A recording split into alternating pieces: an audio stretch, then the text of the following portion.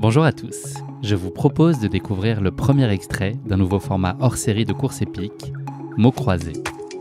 Mots croisés, c'est un format de récit dans lequel deux invités portent leur regard croisés, souvent complémentaires, parfois contraires, sur une même course épique pour laquelle ils ont vécu chacun des émotions particulièrement fortes. Rendez-vous dès mercredi pour découvrir l'épisode en intégralité. Bonne écoute!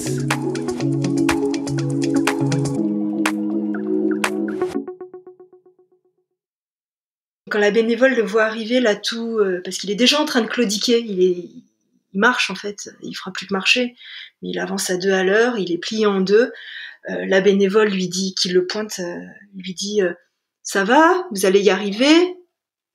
Il dit quoi? Ben il dit oui. Et puis et moi je sais pas, moi je l'encourage, je lui dis allez, faut y aller maintenant, faut y aller. Enfin comme s'il était en train de courir un marathon.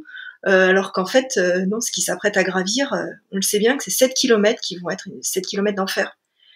Je me dis, je vais partir avec lui devant pour le traîner et pour le mettre en mouvement, sauf que la bénévole m'empêche d'y aller. Donc, je le laisse partir. Voilà, il s'enfonce là, dans la nuit, je vois que sa frontale. Et en fait, c'est la dernière fois que je vais le voir. Et là, j'ai vraiment l'impression que je vais m'enfoncer dans les ténèbres. Tout d'un coup, il y a plus de lumière, il fait extrêmement noir, et il s'agit de monter cette grosse montée vers le col des montées, avec ces énormes marches. En même temps, il reste quoi? Il reste 15 kilomètres. 15 kilomètres, c'est quoi? Enfin, moi, je cours 15 kilomètres. Sauf qu'il reste pas 15 kilomètres. Ça va être les 15 kilomètres les plus longs de toute ma vie. Ça va être la nuit la plus longue de toute ma vie. J'ai qu'une solution, c'est de redescendre à Chamonix, parce que je peux pas monter à la Flégère. Le seul moyen de monter à la Flégère, c'est de monter avec le téléphérique. Sauf que là, il est 1h du matin. Le téléphérique, il fonctionne pas. Donc, je suis dans ma voiture, avec les 2 enfants, en croisant les doigts pour qu'ils se réveillent pas, qu'ils me demandent pas « Comment ça va, papa ?» Parce qu'en fait, on sait que ça va pas. Je me garde dans un coin, et là, je rafraîchis. Et je rafraîchis trop, en fait. Et je rafraîchis, en fait, ça n'avance pas. J'avance plus, quoi. C'est-à-dire que je fais 10 mètres, je suis obligé de m'asseoir. C'est même pas je suis obligé de m'arrêter, c'est je suis obligé de m'asseoir parce que le mal de dos en fait me cisaille complètement en deux. Chaque fois que je dois monter une marche, en fait, je suis obligé de me relever, alors que la position relevée c'est une position qui est intenable. Je tiens plus que la position repliée sur moi-même. Donc je fais ça, je fais 20 mètres, je m'assois, 20 mètres, je m'assois. Tout à l'heure quand j'étais aux alpages de bovines, j'avais l'impression d'être seul au monde, mais là tout d'un coup je vois une guirlande de frontales qui sont derrière moi, j'ai l'impression qu'il y a des tas de concurrents qui klaxonnent, que j'empêche tout le monde de passer. À chaque fois qu'il y a quelqu'un qui me dépasse, il me demande comment je vais. Alors à chaque fois je réponds en anglais que c'est mon dos que j'ai un problème avec mon dos, mais que tout va bien, que je vais y aller tout doucement. Les gens ils me font un petit signe et puis ils continuent leur chemin. Quand j'arrive au sommet de cette grande côte, enfin ce que je pense être ce sommet de cette grosse côte, il y a une espèce de petit ressaut.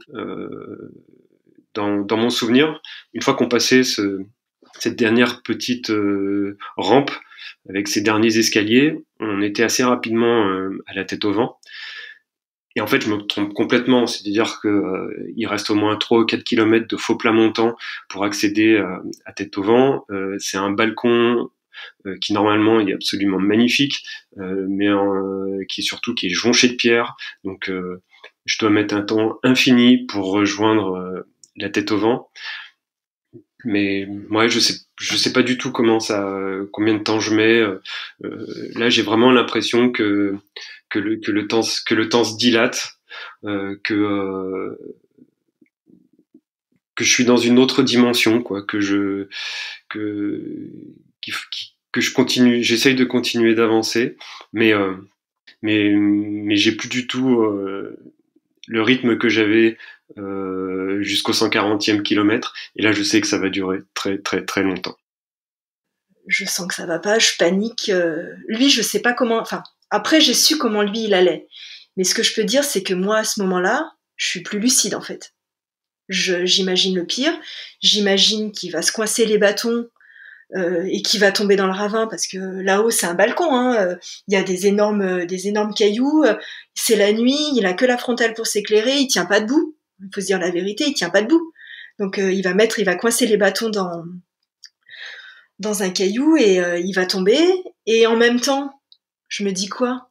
Mais pourvu qu'il tombe, qu'il se fasse pas mal, mais pourvu qu'il tombe, parce qu'en fait, ce serait le seul moyen de mettre un terme à ça.